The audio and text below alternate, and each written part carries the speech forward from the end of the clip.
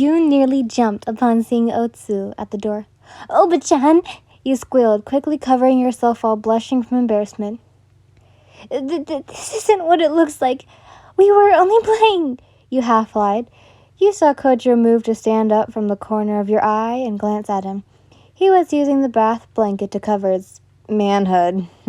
Unlike you, he didn't even appear embarrassed nor bothered by the fact that he'd been caught naked. What a shameless man. "Oh, no, I didn't mean to intrude. You two are both full-grown adults. It's none of my business as to what you two do behind closed doors." The elderly woman shrugged. "I just came to inform Rengoku that I finished preparing your room. All your clothes and belongings are on your bed."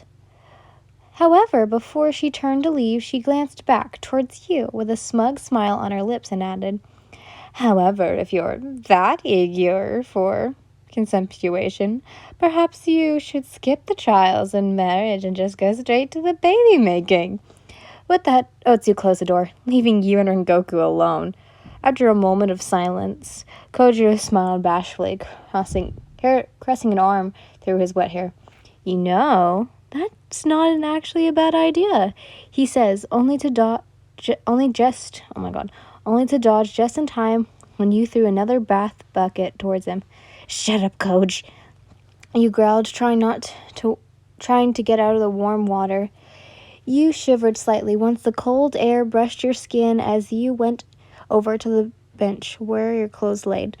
Kojiro frowned, watching you put on your habajima and gather the rest of your discarded kimono.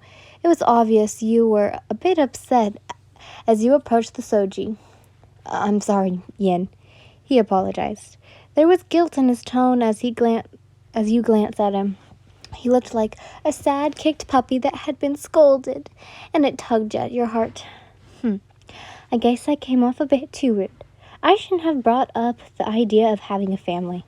So for that, I am truly sorry, my love," he apologized. Now it was your turn to feel guilty. Okay, perhaps you overreacted a little.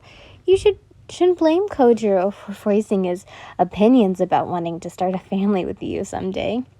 In truth, you didn't mind living that type of life with him. A peaceful and romantic life. He was going to be your husband soon, and you had no doubt that he'd be an exponential father. However, you weren't sure you were ready for the big step yet. With this curse, it's kind of scared you. As many troubling questions flooded your mind. What type of mother would I be? Are you even capable of birthing a child? What if something goes wrong? Yin? You instantly snapped out of your thoughts by the sound of your name, and you quickly looked to see Kojiro, now in front of you. He was glancing at you, with worried in his eyes as he reached out to caress your face. You then realized you were panicking as you then glanced down at your feet to see a puddle of frozen ice. "Are you okay, my love?" You started to zone out, he said, his voice soft and as he gently stroked your cheek with his thumb. "I'm sorry, Kojiro," you said, tears falling from your eyes as you opened the door and left. Kojiro watched you leave, a part of him wanting to go after you. This was all his fault. He hadn't meant to make you upset. Amber in his red eyes slowly glanced down at the puddle of ice you'd left behind. He couldn't stop the sad smile that crossed his lips.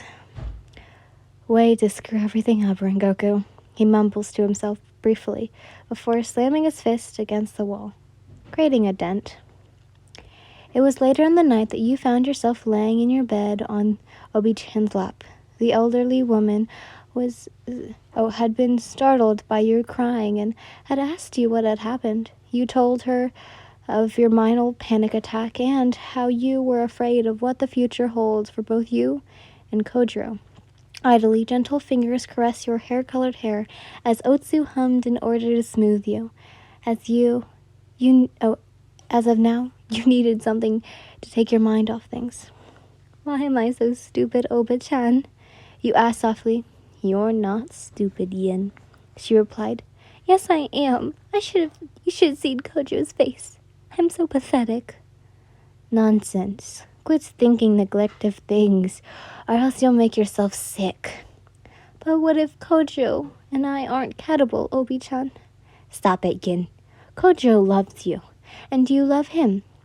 I see the sparks in both of your eyes every time you are with each other. There's no doubt in my mind that you're both meant for each other, she said in earnestment, making you feel somewhat better. Leave it to Otsu to know just what to calm you down. Without her, you'd been living out in the cold, alone, without a home. You slowly sat up and stared at her. Do you really think so, Oba-chan?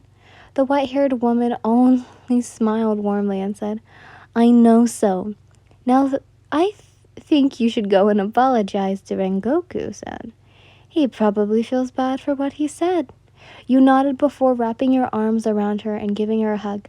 Thank you, Oba-chan. I feel a lot better now. You smiled. Good. Now go get your man. I'm sorry, I couldn't resist.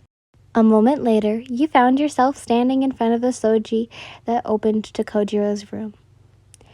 It began to snow again outside, and you started to feel anxious again. The confidence you had after calming yourself was gradually being replaced with fear. Perhaps I shouldn't burden him. What if he doesn't like being disturbed while asleep? You awkwardly thought.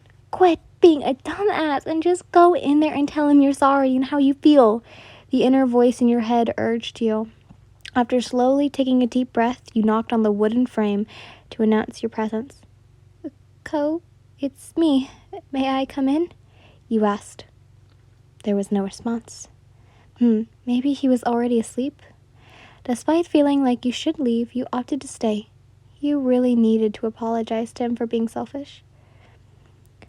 Ko, I'm respecting your privacy by knocking, but since I'm your soon-to-be wife, I'm coming in anyways, you said, and with that, you slid the soji open, only to see Kojo lying in bed on his back. You immediately felt your face grow hot and a static, slight of his, elbowed upper body. What the hell? Is he sleeping naked underneath? You outwardly thought as memories of what happened in the Onsan crossed your mind. You briefly recalled the warm feeling of how his muscular body pressed against you, while his rough hands caressed your body. Pushing lewd thoughts aside, you started to feel anxious as you hesitantly approached the other side of the bed to see his face. You blushed, seeing how stupidly beautiful and angelic he looked. His flaming hair sprawled out on the bed, appearing like a fiery halo as you gently sat beside his sleeping form. This was the final approach. So, it was now or never. Hey guys, sorry I didn't post yesterday. I was just really tired and really sleepy. So, I hope you guys understand. I just want to take a tiny little break that day. But, thank you guys for listening, and I hope you understand that I was tired and wanted to sleep. Anyways, I love you all so much. Bye! Mwah!